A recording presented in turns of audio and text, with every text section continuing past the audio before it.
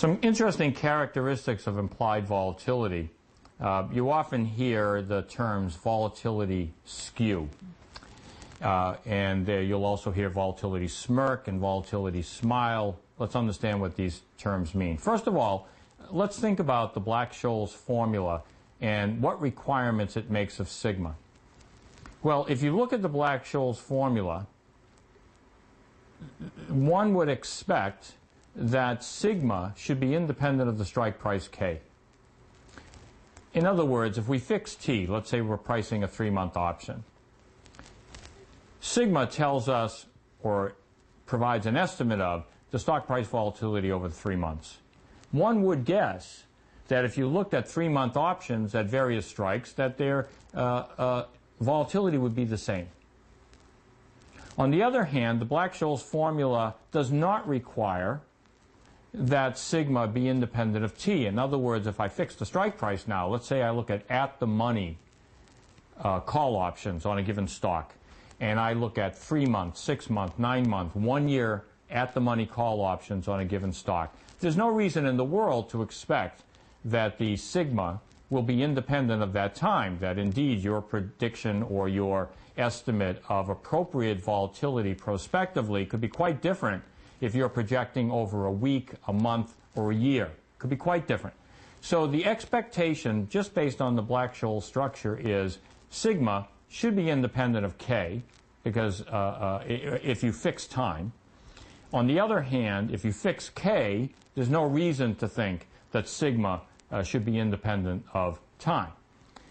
The interesting thing that one observes is that in the marketplace, if you fix time, like 3 months, observed implied volatilities tend not to be constant on a given stock. They tend not to be constant or independent of the strike price. That when you look at a graph, and that's what the volatility skew is, it's the general name for if you graph sigma as a function of the strike price, it's not a horizontal line. It's got a shape to it, a skewness that depends on K. Again, we're fixing time in this observation. We must fix time. A volatility smirk is when one sees this pattern in the graph, looks something like a lopsided smile, where it's a little higher on one side than the other side, but in fact it looks a bit like a lopsided smile.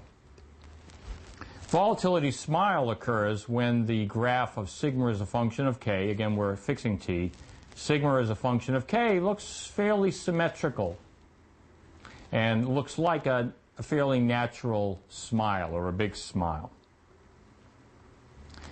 The final point is, as I just said, implied volatilities are not constant over time, and they're not expected to be constant over time. What is a surprise in observing the marketplace activity are the smiles and the smirks, the skewness for fixed T of sigma as a function of K. The fact that the volatility, if you fix K, the fact that volatility has a term structure and depends on T, again, is no surprise at all. Everyone would have expected that, and indeed, that is observed. So we have the situation where once you start studying implied volatilities, you get one observation which is a surprise, that's the smirk or the skewness, and one observation that is not a surprise, and that's the term structure.